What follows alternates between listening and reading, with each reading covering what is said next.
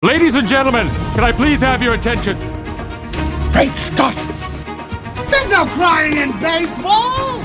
You better hold on tight, Spider Monkey. This is where the fun begins. Good morning, good afternoon, good evening, and good night. That's right, we're ranking Lilo and Stitch. Lilo and Stitch is a 2025 American science fiction comedy film. It is a live-action remake of Disney's 2002 animated film, Lilo and Stitch. In the film, a lonely young Hawaiian girl adopts a mischievous alien who crash lands on Earth, forging an unlikely bond that helps heal her fractured family. Most of you have probably forgot this movie came out this year or forgot that it was made at all, rightfully so. Let's get into why this movie honestly sucked with the 10 essential aspects of a movie. First is plot. Does the movie follow a comprehensive story arc and is plausible within the world that has been created? Now, this is a live action remake of Lilo and Stitch, so I want to address the idea of, did this need to be made? Was there an actual good reason to wanting to make this live action and tell the story in maybe a different way or different perspective by using live action in some way, or you just had another story to tell with these characters in a different way?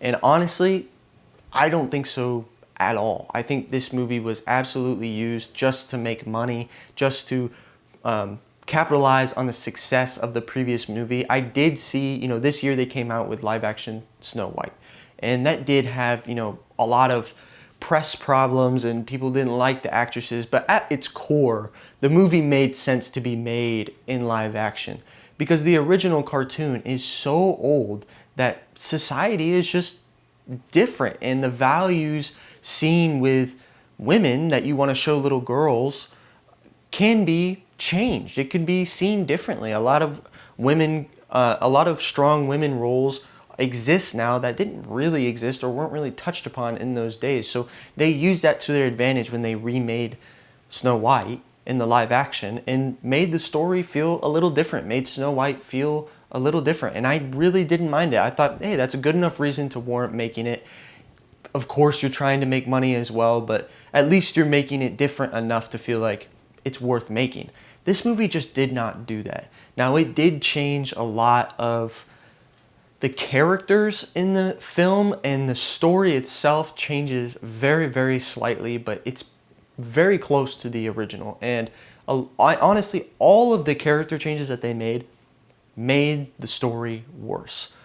The characters that they took away, the characters that they added, every aspect of it was just worse. It just made the story feel more watered down. I thought this movie made the story feel like there was no real direction. I didn't really understand what the end goal of this movie was for most of the movie. You really don't understand the direction that it's going and where it's going. And then they dramatically changed the ending, especially in the sense of feeling.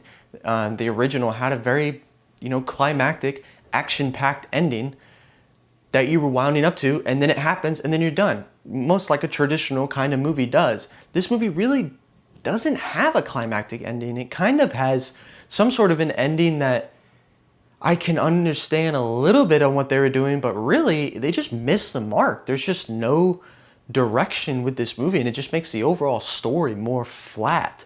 All these changes just accumulate to make the characters worse, the story worse, and ultimately the deeper meaning behind Lilo and Stitch. I mean, one of the reasons the original was popular was because there was this deeper meaning that, something like Disney, Pixar is good at doing, at bringing out this moral within the story and having a deeper meaning behind it. It just is done better in the original. This one, it's so watered down with all their changes, and just honestly overall made for a worse plot. Second is attraction. Does the movie have an interesting premise with a high entertainment value?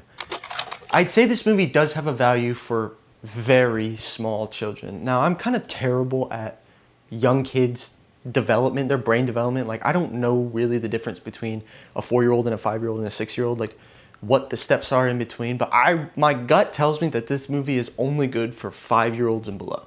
Like, just just random stuff moving. They don't really care that much. They just kind of enjoy the colors and the sounds and the music and the cute little critter. Like, that's kind of it. They don't really have a grasp of anything that's going on. That's all it's good for. The adults, it is so boring. I would not suggest this movie to any adult. If you're gonna have a movie to watch with your kids, there are so many movies that are way better, that are at least entertaining for you. But if you don't care and you're just mind numbing, then maybe like a very young kid will like this movie. Third is theme. What message or truth is a movie trying to convey? So this movie kind of had a saying that it kept saying throughout the movie, and that was Ohana means family. The moral of the story is really that, you know, your family is chosen and there's a loyalty to your family. There's just, you can choose your family, but that's who you need to stick with, and they will stick with you in hard times. Maybe. I don't know. It was really hard to pay attention in this movie. I did not enjoy it at all.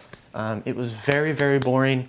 This theme wasn't very good. I didn't think that they hit home in any way or had really any emotional moments that made me think like, wow, this is really good. This is a lot deeper than I thought. It's just like kind of this surface level mumbo jumbo. It honestly just feels like money. Like they just made this for money and weren't really trying that hard. Fifth is dialogue. Is there a real feel to the conversations? It is, at the end of the day, a kids movie still. But that being said, there are a lot of kids movies that have been made so that adults can enjoy it. Now, not everyone is, you don't have to make every children's movie made for adults as well. And I'm fine with that. If you want to make a movie that's purely for kids and honestly adults will just be bored out of their mind, that's okay too. This is really one of those movies. The dialogue is very cheesy. The comedy is not funny. It's just purely like slapstick humor that a child would like, and it's not very clever at all. It just is there. It's like cute animal does funny, silly thing. That's kind of it. I didn't find it funny at all. I don't like the way they use, for some reason, a lot of movies just don't know how to use kids. Just let kids be kids. Lilo is honestly weird in this movie. She's not terrible in any way, but young actors, I mean, when you're like 6 years old, 8 years old, it's gonna be hard to be a really good actor, and it's gonna be hard to really portray lines that you wouldn't normally say. So I don't understand why there's just this problem, why directors can't seem to get children to just be themselves. Lilo says things in this movie that are just way too deep for her age. Like, a kid that age would not say those things. There is like, I'll just, spoilers, if you haven't watched it, you're probably not going to. At the end, she's like deciding, oh, I'm not gonna go to college. I'm not gonna go to college. Lilo needs me, I'll stay here. And Lilo's like, no, you need to go to college because that's what's good for you. And it's like, what kid would say that? What kid would say that? No, a kid would want them to stay. I mean, if your older sister was all you had and your parents died and you're gonna go live with your neighbor, I mean, you might have liked your neighbor, but I would not let my brother do that. Like, I would not want my brother to leave. I'd be like, dude, please stay. If I was 6 years old. So there's just things like that where I just don't enjoy it. I don't like when they can't seem to make kids feel like kids. It's just hard to watch. Fifth is acting. Are the characters convincing? The two characters I'd like to mention are Billy Magnussen and Zach Galifianakis as Pleakley and Jakuba. Who would have thought that Zach Galifianakis out of those two would be the disappointing one? Like, I did not think he did that well. It wasn't bad, but I just would have thought out of that pairing he'd be the funny one. But really, Billy did a really good job playing Pleakley. And I do think that his character was obviously supposed to be more funny, but I feel like he did a better job at just the physical humor. He's the only one that throughout the movie honestly made me want to laugh in any sort of way. I just enjoyed his character. He played this alien not knowing how to be human well, but otherwise there's really no other acting to be recognized here. 6 is cinematography. Is there a creative use of lighting, setting, and wardrobe to convey emotion? Now, the movie did look good. I don't think it was anything to point out or stand out, but Stitch looked good. The other characters looked good. Kind of, you know, there's a reasonable expectation for this time. that the bar is pretty high. There's a lot of really good looking animation, especially from Disney. You get a lot of money, a lot of budget. They're kind of the ones that had just been setting the trend of how good animation should look, and it looks good here. There's nothing to complain about. Emotionally, there's really nothing. Like I said, the plot was just kind of watered down, and the characters were watered down, and it just wasn't really that good. Hard to get into in any way and care about the characters. So the few emotional moments that they had in there, I just honestly did not care. Seventh is editing. This is all about the pace of the movie. The movie is an hour and 48 minutes long.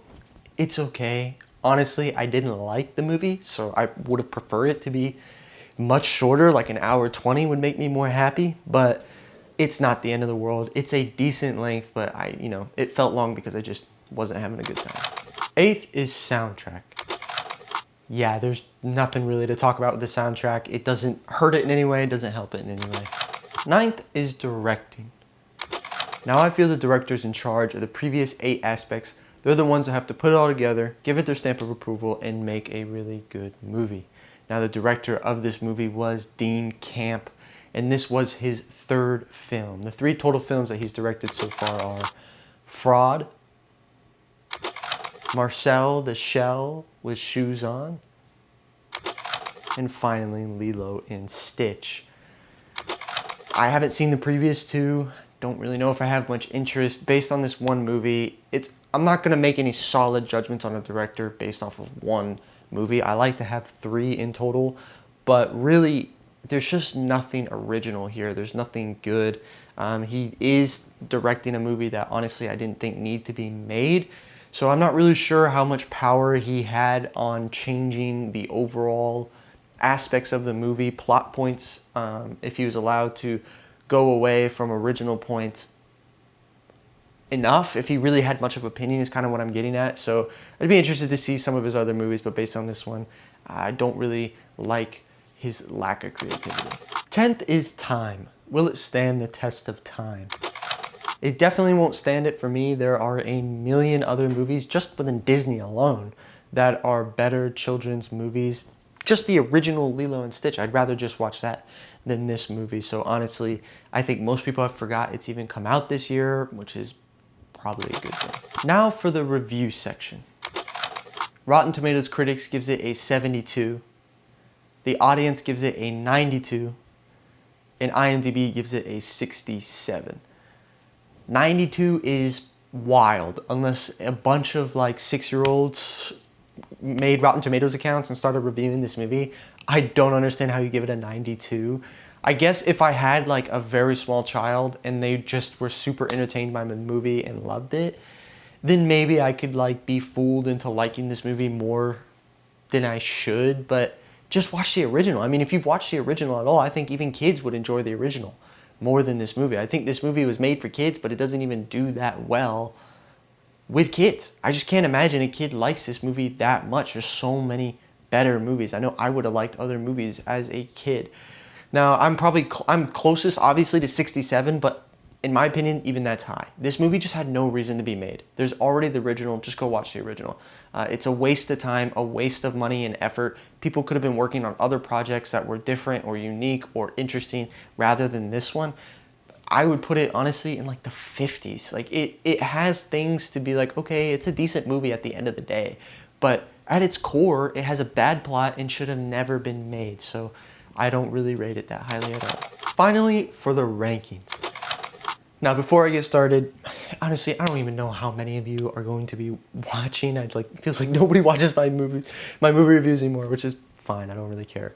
But the entertainment side, I was reviewing these movies and I was ranking them, and I noticed, I think at some point, I think last year what I was trying to do was, on the entertainment side, I was ranking movies based on my opinion of how entertaining they were. And even if I didn't like a movie, I would rank it on whether I thought other people could find the entertainment in the movie. And I strayed away from that. I've taken some time away from reviewing and coming back. I don't really want to do that anymore, so I completely re-ranked the entertainment section. I went through every movie and kind of placed it where I thought it should be based on my opinion, based on how much I would watch it, how entertaining is it to me and my preferences. I still give the credit to movies that were made for entertainment to be at the top, but otherwise, if it's just a movie that I just do not like and would not watch again, I'm putting it low.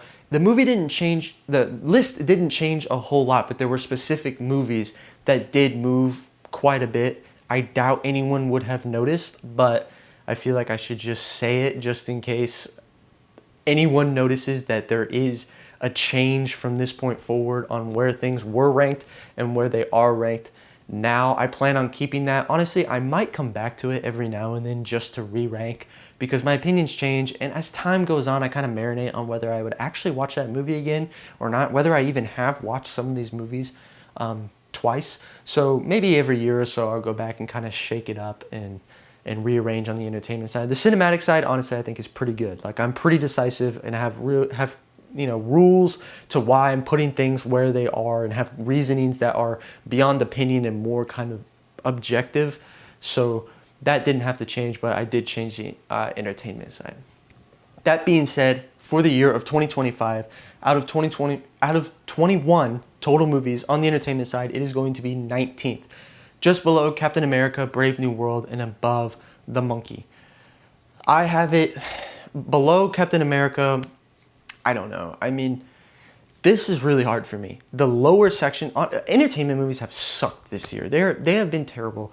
There just isn't really good movies that are coming out that are just plain entertaining, just fun to sit on the couch and watch and don't really have to care or just eat some popcorn. Those just don't really exist. And the bottom of that list for entertainment is like, I don't care about these movies and I wouldn't watch them again, and honestly, it was hard to get through them. So having it below Captain America, Brave New World, I don't have it for really any great reason other than it appeals to a broader audience, in my eyes, for me, than like Lilo and Stitch. Lilo and Stitch I would only watch if there was like a 4-year-old present, and even then I'd choose other movies. Captain America, Brave New World, like I could see myself, if I had to choose between the two, I would watch Brave New World because there's aspects of it that can appeal more to an adult than just purely children. I do have it above The Monkey, and that's just, I don't love the horror genre. There's a lot of movies coming out that are popular that are horror. I don't know why. Maybe because they're just really cheap to make, but I don't really love it that much. And this is a movie that is like comedy, horror. The horror isn't good. The comedy isn't good. The story isn't interesting. Like, it just falls on its face everywhere. At least Lilo and Stitch is a movie where I can be like, look, I mean, maybe a 4-year-old would enjoy it. And like, that's about it. It has some sort of saving grace where like The Monkey, I just don't really have much to save it at all. The comedy didn't hit, the horror didn't hit. There's just nothing about it that I enjoyed. I guess at the end of the day, Lilo and Stitch doesn't look that bad. Cinematically, out of 21 total movies, it is going to be 17th, just below Den of Thieves 2 and above Captain America, Brave New World. I have it below Den of Thieves 2. I think mainly, they're both honestly not that good of movies. But I feel like I penalized Lilo and Stitch more for just not needing to exist. Den of Thieves 2 kind of expanded upon its plot in a way that I didn't think was fantastic, but it warranted existing in some way. It's like, okay, I kind of get what you're doing, and they brought it to a bigger scale, going to different countries and stuff rather than just the first one where it just took place in the United States. Lilo and Stitch just didn't need to be made. I mean, it just wasn't good at all. I mean, it exists and it's not that bad, but because it has a prior movie that's literally the same movie but better, I just penalized it a lot for that. I did put it above Captain America, Brave New World, and I think that's just for what they can achieve. Lilo and Stitch couldn't really achieve all that much in my eyes by being a remake. I don't know. They would have to make drastic changes and they'd have to put some sort of morality in it that I wasn't expecting to make me feel better about that movie. Captain America Brave New World just had, it could have been way better. You know, it's a part of this line of MCU movies that have expanded upon this giant story, and this one just doesn't do it well at all. It's just like the 20th movie in the MCU franchise that didn't need to be made rather than just like another movie that didn't need to be made, if that makes sense. For the decade of the 2020s, on the entertainment side, out of 57 total movies, it is going to be 49th, just below Nosferatu and above Venom: The Last Dance.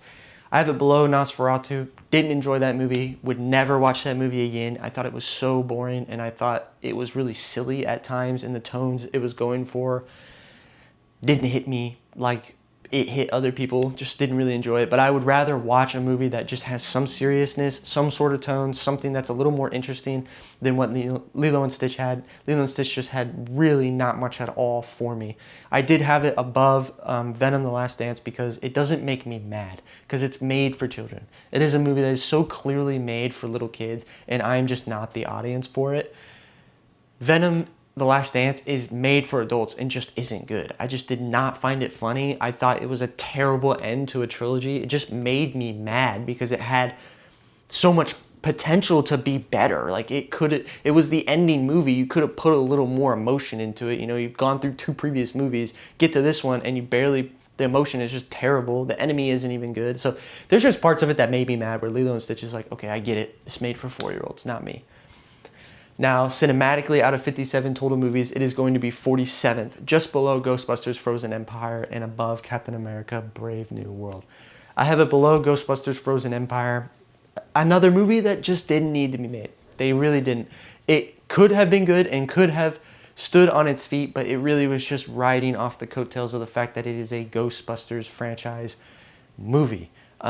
But overall, again, still had some sort of appeal to broader audiences that I thought, at the end of the day, performed better. Like, there's some nostalgia that you can get there. There's an audience here that is going to enjoy the fan service that is present. Now, there's a lot that may not, but I have to give credit to the fact that they did that, and it's going to appeal in some way. Lilo and Stitch doesn't really do that. I guess it kind of appeals to that audience in some way, but it just does it worse because it's the same story. It's not another story. It's just the exact same story, but worse. So no one's going to go to this one. They're going to go to the previous one. It's above Captain America: Brave New World for the exact same reasons as before. Now, all time on the entertainment side, out of 71 total movies, it is going to be 63rd, just below Nosferatu and above Venom: The Last Dance. It's there for the exact same reasons as before. Cinematically, out of 71 total movies, it is going to be 60th, just below Ghostbusters: Frozen Empire and above Captain America: Brave New World. Again, it's there for the exact same reasons as before. That's all I've got for Lilo and Stitch. Honestly, I was kind of expecting to enjoy this movie more. I just thought it would be more fun, but all the changes that they made were worse. Like, they didn't make a single change that made the movie better in any way, and that was really disappointing, and it was really hard to get through. I did not want to finish this movie. Like, 45 minutes into an hour, I would have gladly left and done something else with my life, and that's just kind of disappointing. There is that 92 rating on Rotten Tomatoes, so I'd be curious. Comment down below if you liked it, if you enjoyed it. Like, why did you enjoy this movie? Am I just being too harsh? Am I being too critical?